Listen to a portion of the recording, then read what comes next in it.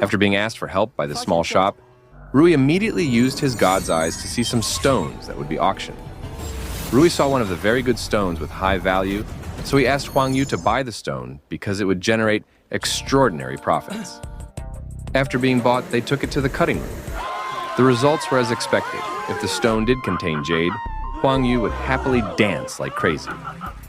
Feng and Miss Yui saw this and became annoyed, and Miss Yui said, "Wasn't that little bastard the one who embarrassed me earlier?"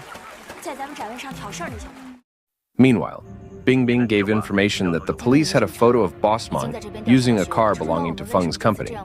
But it turned out that it was deliberately done so that the Shu family would get into trouble because the Qin family and the Zhu family were big competitors for precious stones. Then, he told Boss Meng to immediately go abroad and hide for a while. Mr. Shu looked disappointed at the incident that occurred at the Emporium because one of the distributors was blacklisted by Uncle Gu. He reminded that the second day's auction would be a blind auction that would be moved to the museum. Feng had arranged that only selected invited guests could enter, while to avoid retailers, they could not enter. Mr. Shu reminded Bingbing to be careful, because this girl is as dangerous as a thorny rose. After that, one of the auctioneers met Bingbing to give an invitation, hoping to attend the blind auction, which was now private. Elsewhere, Rui gathered with Huang Yu, Miss Liu, and Officer Fei. Huang Yu felt happy to brag about getting a good quality stone and selling it at a high price. Not long after, Rui got a call from Bingbing, inviting them to meet to discuss something important. In that meeting, Bingbing already knew that Rui was the one who directed Huang Yu via hands-free in the debate at the Emporium yesterday.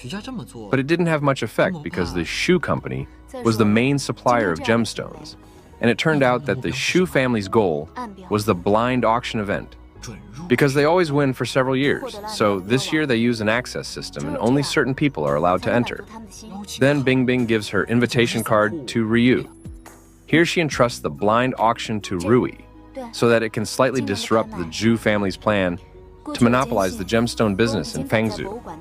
Bingbing is sure because Rui is always lucky to get good stones, as if he can see what's inside. Rui finally tries to honestly admit that he has magic eyes that can see through anything. But Bingbing just smiles because, according to her, Rui likes to joke. Elsewhere, Miss Liu and Huang Yu, who are drunk, express their feelings and... The next morning, Huang Yu returns to the hotel and pretends to sleep. Rui, who already knows that Huang Yu didn't come home last night, asks the reason. Huang Yu tries to lie, so Rui tries to look under his clothes. After knowing there are traces of lips under his neck, Rui just smiles, as if he knows what happened. Then, Boss Ma came and was angry because the blind auction had used a private invitation system in the museum only for big clients, while Boss Ma wanted to attend the event, but did not get access and felt disrespected. Then Rui showed the invitation card from Bingbing, and Huang Yu seemed to have an interesting idea. The next day, Feng reported the situation in front of the museum to Mr. Shu, where many retail stone buyers entered because they had invitation tickets that looked like real ones. Mr. Shu looked disappointed with Feng's careless performance, but because it was too late, he reminded him to continue to pay attention to the zero item that he was after. In front of the counter, many people were able to enter, including the three of them. It turned out that Huang Yu had duplicated his invitation card, because they realized that some people had monopolized this event, including the previous Emporium, including this event, where the stone auction became a source of wealth by deceiving retailers. After successfully entering, they began to look at the stones displayed. Rui was attracted to one of the stones and immediately activated his god's eye, looking deep into examining every deepest part. Rui was shocked and then wrote it down in a book. In another room, Feng spies on CCTV. Realizing that Rui has come to the auction event, he becomes suspicious. So Feng reports to Uncle Shu that Rui has increased the number of tickets. Also, according to him, every time Rui attends an event, there will be trouble. Here, Mr. Shu actually scolded Feng a little, who was easily emotional and did not think long-term. Unlike Mr. Shu, because he was a thinker who had a plan, he told Feng to invite Rui to have tea together. According to him, if you want to learn about the enemy, then you have to approach him and make him a friend. Then Feng told his subordinates to deliver the invitation. In that meeting, Mr. Shu invited Rui to fight together, to collaborate to become an alliance in the Shu jewelry family business, so that Rui could become a famous and rich person. However, Rui did not have such a big dream, because he did not seek fame and fortune, because what he had now was enough. Hearing this, Mr. Shu became disappointed, thinking that Rui had threatened and challenged him because he had rejected the best offer that had been given. At the same time, Feng was scolding Peng Pei, who failed to prevent Rui from appearing at the auction, thus disrupting his business. Unknowingly, their conversation was heard by Officer Fei, where Feng threatened to harm his colleagues' families, and this time, he had to complete his task properly. When Rui was walking alone, he suddenly met Peng Pei, who then beat him and asked for the notebook that Rui used at the auction. Luckily, Officer Fei came to help, so a fight broke out. Rui, who tried to help, fainted after being hit. This fight made Officer Fei cornered, but Peng Fei immediately left them both. With difficulty, Fei brought him back to the hotel because Rui was still not fully conscious. He saw a notebook belonging to Rui because he was curious about why Peng Pei wanted it so much.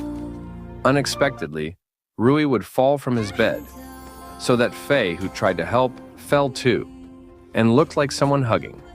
Then, Huang Yu, who was about to enter, saw the two of them in that position and said, "Just continue pretending I don't exist." Rui, who had woken up, was confused, because he was already in the hotel, and Huang Yu teased him for pretending as if nothing had happened when he and Officer Fei were in one room. Then, when they gathered together, Fei looked awkward when she said that Rui was beaten unconscious, and she herself took him into the hotel room, while Huang Yu whispered to Miss Liu that he already knew they had done something fun. Fei, who already knew from the beginning when he heard their conversation, explained that Peng Pei was Feng's subordinate at Shu's company who threatened him some time ago. At that time, Rui was lucky to only be knocked unconscious because Peng Pei was an expert in hand-to-hand combat. He became Feng's subordinate because he had to support his colleague's family, who was sick and needed a lot of money. Fei questioned what he did that he had to deal with the Shu family. Rui explained because he had thwarted their plans at the previous auction and refused cooperation by Mr. Shu, because the Zhu family business only manipulated sales and destroyed the gemstone market for personal gain. Then Fei reported to Captain Ding that the Emporium was actually a tool to monopolize the stone jewelry trade. After that, Rui and Huang Yu agreed to find a way to prove that the Shu company was the mastermind behind the monopoly and fraud in this business.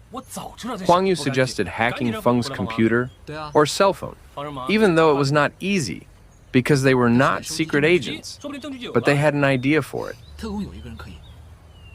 After that, they went to the auction and realized that Peng Pei was following them. When they tried to see the stones there, Rui, who was careless, put a notebook on the table. Peng Pei immediately stole the notebook. Before handing it over, Peng Pei was curious about the contents. One of the pages was written to meet Rui tonight. After the notebook was handed over to Feng, Peng Pei tried to ask for wages, according to the agreement. But it turned out that Feng did not keep his promise and made him leave feeling disappointed. That night, Peng Pei met them. Here, Rui invited Peng Pei to work together and was willing to pay for the hospital and family costs of Peng Pei's friends. In this cooperation, Rui only asked to help him collect evidence of fraud committed by the Shu company, where they already had a plan for it. The next day, Bing Bing came to ask about the decision offered by Mr. Shu. Bingbing suggested that if the task was too heavy, Rui could resign, but Rui would still do it to help people who needed help in this business. However, Bingbing realized from the first time they met, Rui was a simple figure who did not need fame or wealth like a hero of justice. Elsewhere, Fei received permission to cooperate with the Fangzhou City Police to investigate the Shu family, while the second team investigated the location of the arrow used to kill Boss Yu. That day, the blind auction would begin among the invited guests. Grandpa Gu was also present at the event. Then Huang Yu immediately went to carry out his plan. Feng was seen in the waiting room getting news from his subordinates to immediately go to the auction room. However, when he came out, Peng Pei stopped him to ask for his money again. However, Feng considered him stupid and deaf, who would never get money from him. While they were distracted with Peng Pei, then Huang, who disguised himself as a janitor, took Feng's cell phone and entered the waiting room to hack and copy all the contents of the cell phone. Back to the blind auction bidding event, which was still going on so excitingly, where people saw the list on the panel who got the auction number, so happy when it was announced. Uncle Gu said that this time Emporium issued a higher transaction price compared to last year, and he saw that Mr. Shu was very confident in winning the best stone auction. Feng realized that something was strange because the price on the panel changed and did not match Ryu's book record. Then he told his assistant to list the prices that had been leaked by the system, but the assistant said he didn't have Feng's cell phone, and Feng realized that his cell phone was gone and probably left it in the waiting room, so they immediately returned to the room. Rui, who saw them leave, then immediately followed him out. The hacking process was still ongoing while Feng headed there. Rui, who followed, tried to buy time to ask for his stolen notebook, containing a list of auctioned stone prices. Peng Pei heard a little commotion, then immediately checked it. When Feng was accused of stealing the notebook, he just laughed and explained that he was the one who had the power to hold the game's rules system. Then Feng entered the waiting room and found his cell phone on the sofa, while Peng Pei and Huang Yu managed to hide in time. Unfortunately, Huang Yu made a sound that attracted attention. Fortunately, Feng immediately returned after hearing the announcement from the auction room and immediately left. Before entering the auction room, Feng was angry with his assistant because why could Boss Ma get the rights in the stone auction, even though the list had been manipulated? Boss Ma looked happy because he got the auction stone, and Rui, who returned, explained that he had changed all the buyer lists in the auction because all the lists in the stolen notebook were fake.